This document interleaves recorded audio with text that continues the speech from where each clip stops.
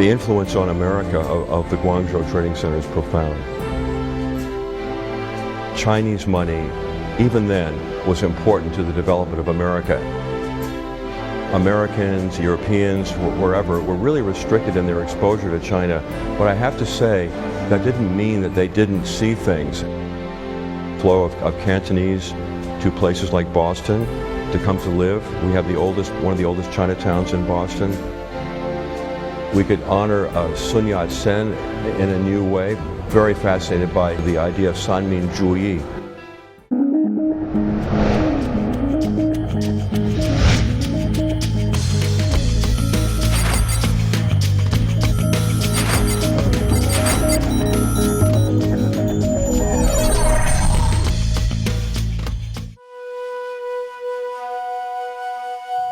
In 1784, the first American vessel, named Empress of China, sailed from the newly independent United States to Guangzhou, China, which was known as Canton.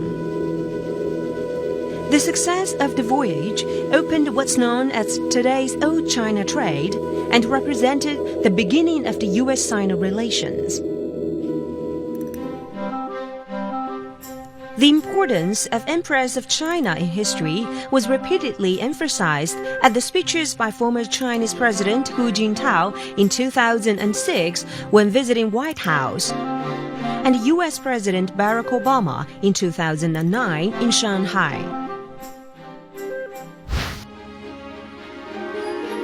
In the past 230 years, the economic and cultural ties between China and the United States have been getting increasingly stronger and become indispensable to the development of the two nations.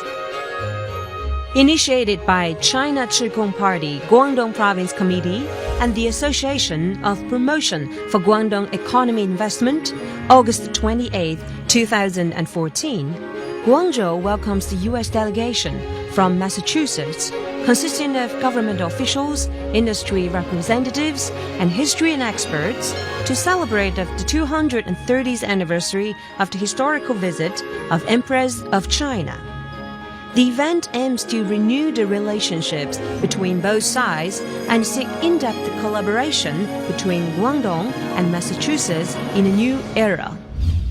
On today's episode, we're fortunate to sit down with Mr. Thomas Paine from the delegation, overseers of the Massachusetts Historical Society, an authority on Boston history legacy as well as the city's connections to China, who's sharing us the fascinating history stories that took place between Guangzhou and Boston because of Empress of China. 我非常不好意思，我没有来过Guangzhou. So this is my first visit. No excuse to apology. Oh, well, thank you. So, what's your first expression on your visit to the city? Oh, I'm overwhelmed with the friendliness and the beauty of the city. It's a clean, lovely city with lots going on. It has a great future. When I was on a boat ride on the Pearl River, I thought, wow, this is at least as good as the Bund in Shanghai, maybe better. This is really, really, really exciting. Yeah, I loved it. I mean, basically, I think this is an unusually beautiful city with great historic character. There's so much that's old and so much that's new existing side by side, I think, in harmony. And I think that means that this city will always be thought of as a place that has the soul of China, one of the top places that really represents the best of China. So that's my overall first impression of it, if that answers your question. As a Boston native, Mr. Thomas Paine did not realize his home city has such a historic link with Guangzhou until recent years. So he jumped at the idea and helped initiate the event when it came up. It's really interesting that this came up because about 4 years ago, I became aware of a gentleman from Boston named Samuel Shaw, who became the first official representative of China from the United States, from America, who was from Boston. And I happened to find that his book was available. And when I read it, a book from 1847, I was just fascinated by his experience coming to Guangzhou for the first time. The Americans were the last country really to come to China after all the European powers. But they were what we call in the United States the new kids on the block, which makes Kids on the block. they were the new kids on the block. They were young and they were eager and they were well behaved and they made friends easily with the Chinese. And so I just wanted to know more about this. And I said, I've got to go to Guangzhou myself. This is embarrassing. I haven't been there yet. And then so fast. Pick it up this time. So now I've made up for that thanks to having a contact through Mr. Colin Lin, who organized this event. It's his brainchild, as we say. I think it's fair to say it's his brainchild with such support of the city and the province to bring this event about as a way to really look at how the city of Boston and the city of Guangzhou have so much in common, such a strong history that goes back so far, and is such an inspiration for our futures. If you're saying in that regard that the United States peers entrepreneurs also made a great fortune through that way, through that channel, right? So how will you review this time of period? It also involves my ancestors, because my ancestor John Bryant came to Guangzhou in 1809 on a voyage that exactly took the same route as the Empress of China, but 25 years later. And he made a fortune as well in China. And the money that they made here, they invested in textile factories and in railroads and other kinds of industries in America. So it's fair to say that Chinese money, even then, was important to the development of America. And let me also say that there's a very famous Hong merchant named Wu Bingjian, who's also called Hukwa. He, I think, you can say he's the first Chinese to invest in America, because he gave $1 million US on a handshake to his American counterpart, John Murray Forbes. And John Murray Forbes took Wu Bingjian's hard-earned money to America, and he invested it in American railroads. And this is in the 1830s. And the Wu family, after Hukwa's death in 1843 or so, 1841-43, continued to invest in America until the 1870s. As one of the richest men in the world at the time, Mr. Wu Bingjian helped many Americans get rich too. He was described in American history as a Cantonese businessman with integrity and wisdom, which once became the primary symbol of Canton, the oldest trading center of China. When you look back to the time, how would you comment on that influence as a trading center of Guangzhou? Well, the influence on America of the Guangzhou Trading Center is profound. It's absolutely profound.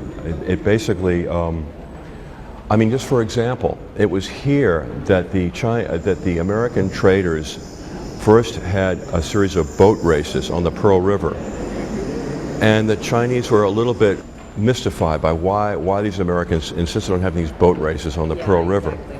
But what they did was, when they all went home to America, they took that tradition of these boat races to America, and they founded a whole new recreational activity which became a big hit in America, called yacht clubs, which having regattas, and it led to the America's Cup, actually. The America's Cup, the most famous yacht race in the world. You could say it had its origins in Guangzhou. That's what you could say. So that's just one influence, but even more deeply, profoundly than that, it was a trade initially of materials, of ginseng and sea otter pelts, which were highly prized in Guangzhou, in exchange for tea and silk and porcelain, which enriched and charmed American households of that period, and still do, actually.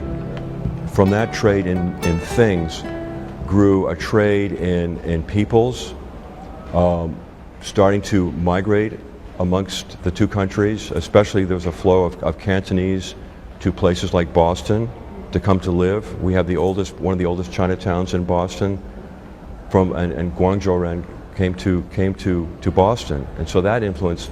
So from things to people to ideas and innovation, this is the progression of the benefit of the exchange between China and America, and more specifically between Guangzhou and places like Boston, which are both centers of innovation. Foreign trade is essential in history of Guangzhou. As early as Qin and Han dynasties, it was one of the starting points of maritime Silk Road. And in Qin dynasty, 13 homes in Guangzhou was the only area where foreign trade with China was allowed in the 18th century. And it became the only gateway linking China and the Western countries. Qing dynasty government was really not too happy about opening up China to Western influence and really wanted to contain it, control it, and restrict it to one location. And even in that one location to restrict it to 13 home merchants so that Americans, Europeans, wherever, were really restricted in their exposure to China. But I have to say, that didn't mean that they didn't see things. And as I am very proud to say, the founder of Central Park in New York City, Mr. Frederick Law Olmsted, came to China as a common sailor in 1843, came to Guangzhou, and did get a chance to go into a part of Guangzhou that was very near the 13 home merchants area. And what he saw helped inspire him to do public parks. So I can say right there that that moment was incredibly important. Things got communicated that led people to, that changed people's lives for the better. And that's a good example of it in my opinion. You're now watching FaceTime. Mr. Thomas Paine, one of the initiators of the celebration of 230th anniversary of Empress of China, tells the stories of this unique period of history and looks into the future of Guangzhou and Boston.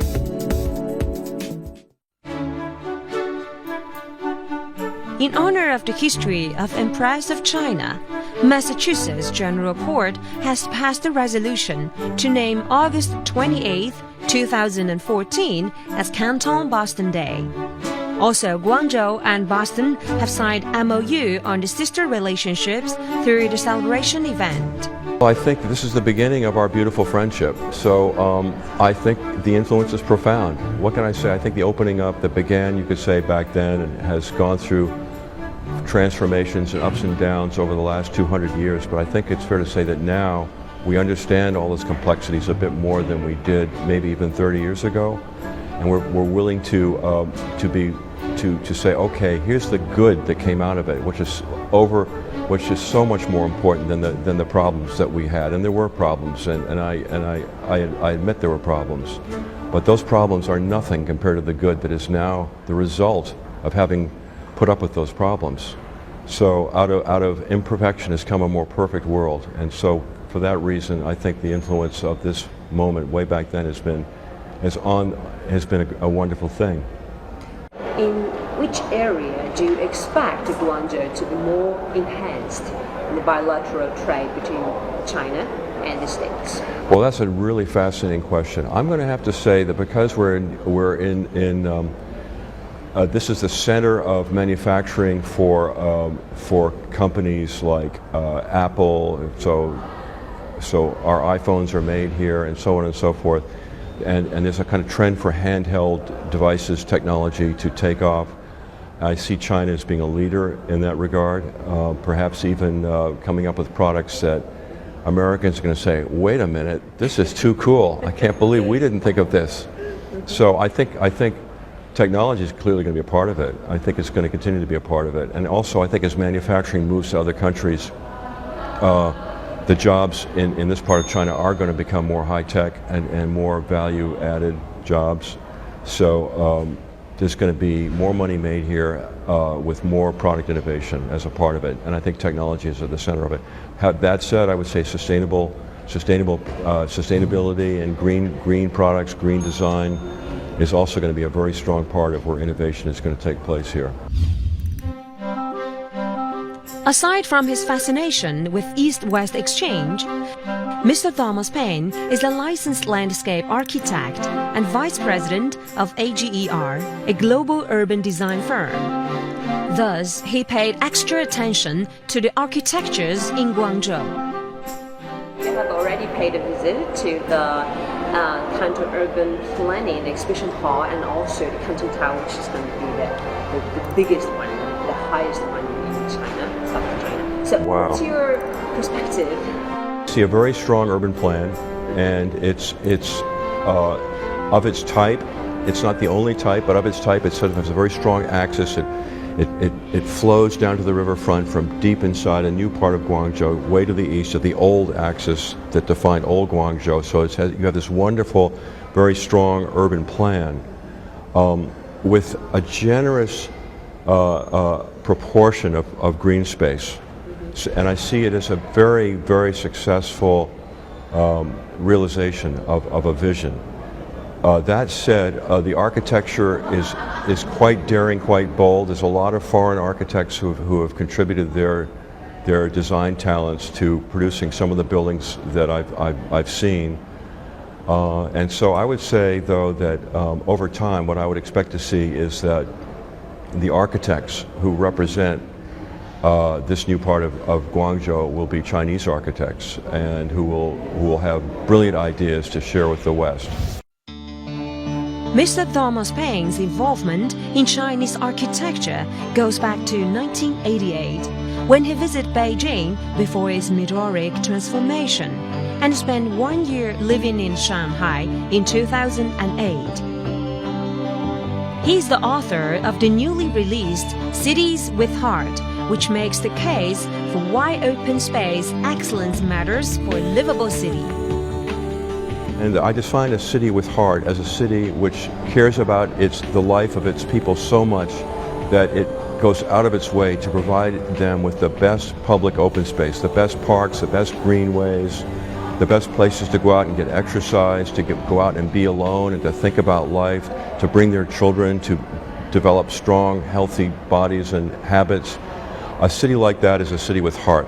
So can you consider Canton is part of your city with a heart? I would have to say yes. I certainly hope I have time to explore more of the open space throughout the city, but I've already been in several parks. They were beautiful parks, very nearby, with museums too.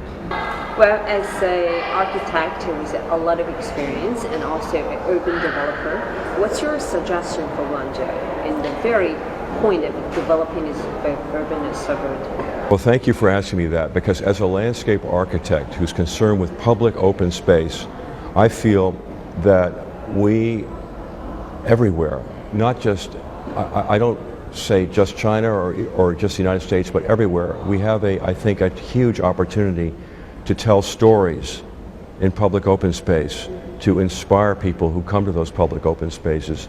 And in Guangzhou, there are so many fascinating stories to tell. For example, I think we could honor Sun Yat-sen in a new way, because I personally am very fascinated by his concept of the idea of Sanminjuyi, which comes from Abraham Lincoln. He actually read Abraham Lincoln's Gettysburg Address.